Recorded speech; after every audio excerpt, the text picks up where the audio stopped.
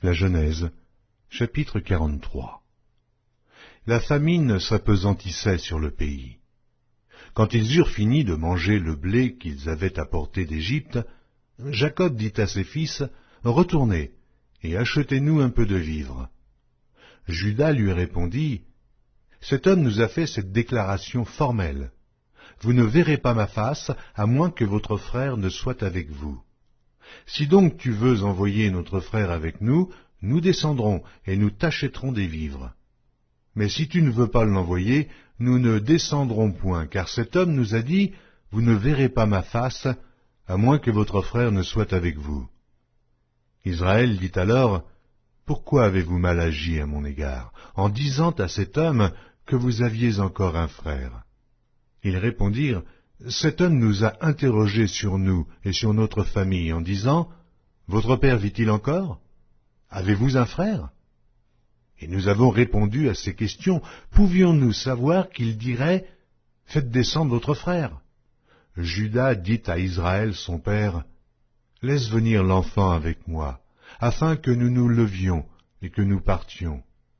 Et nous vivrons et ne mourrons pas, nous, toi et nos enfants. » Je réponds de lui, « Tu le redemanderas de ma main si je ne le ramène pas auprès de toi, et si je ne le remets pas devant ta face, je serai pour toujours coupable envers toi.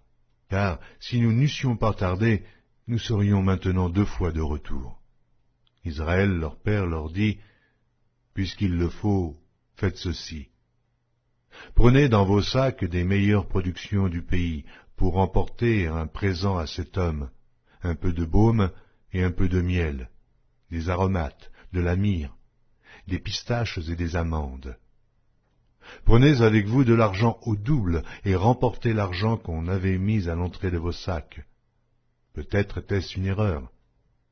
Prenez votre frère et levez-vous, retournez vers cet homme. Que le Dieu Tout-Puissant vous fasse trouver grâce devant cet homme et qu'il laisse revenir avec vous votre frère et Benjamin.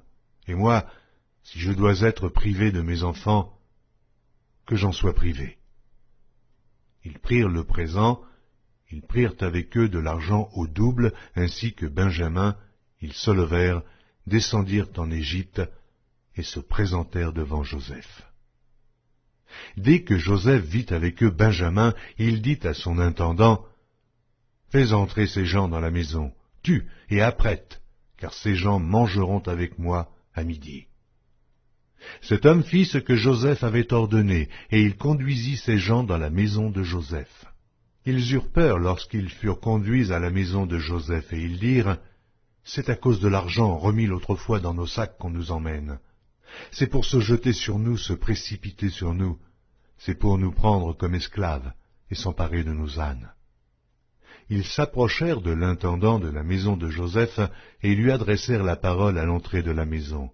Ils dirent, « Pardon, mon Seigneur, nous sommes déjà descendus 1 fois pour acheter des vivres. Puis, quand nous arrivâmes au lieu où nous devions passer la nuit, nous avons ouvert nos sacs, et voici, l'argent de chacun était à l'entrée de son sac, notre argent, selon son poids. Nous le rapportons avec nous. Nous avons aussi apporté d'autre argent pour acheter des vivres.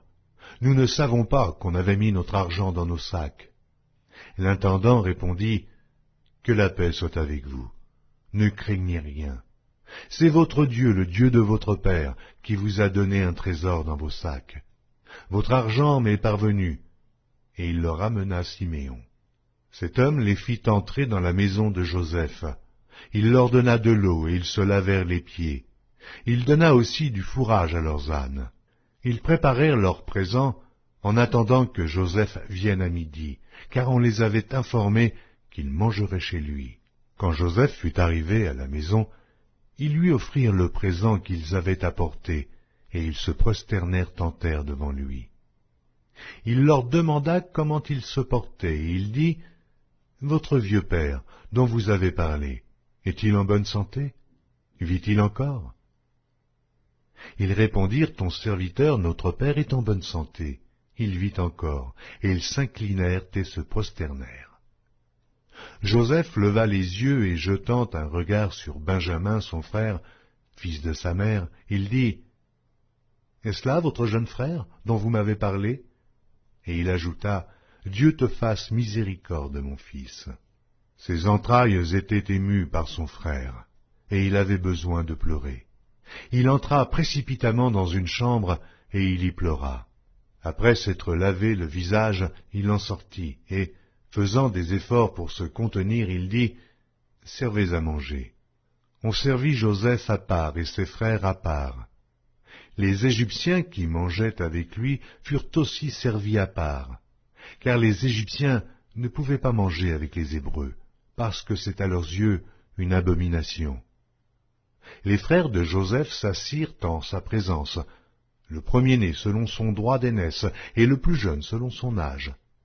Ils se regardaient les uns les autres avec étonnement. Joseph leur fit porter des mets qui étaient devant lui, et Benjamin en eut 5 fois plus que les autres. Ils burent et s'égayèrent avec lui.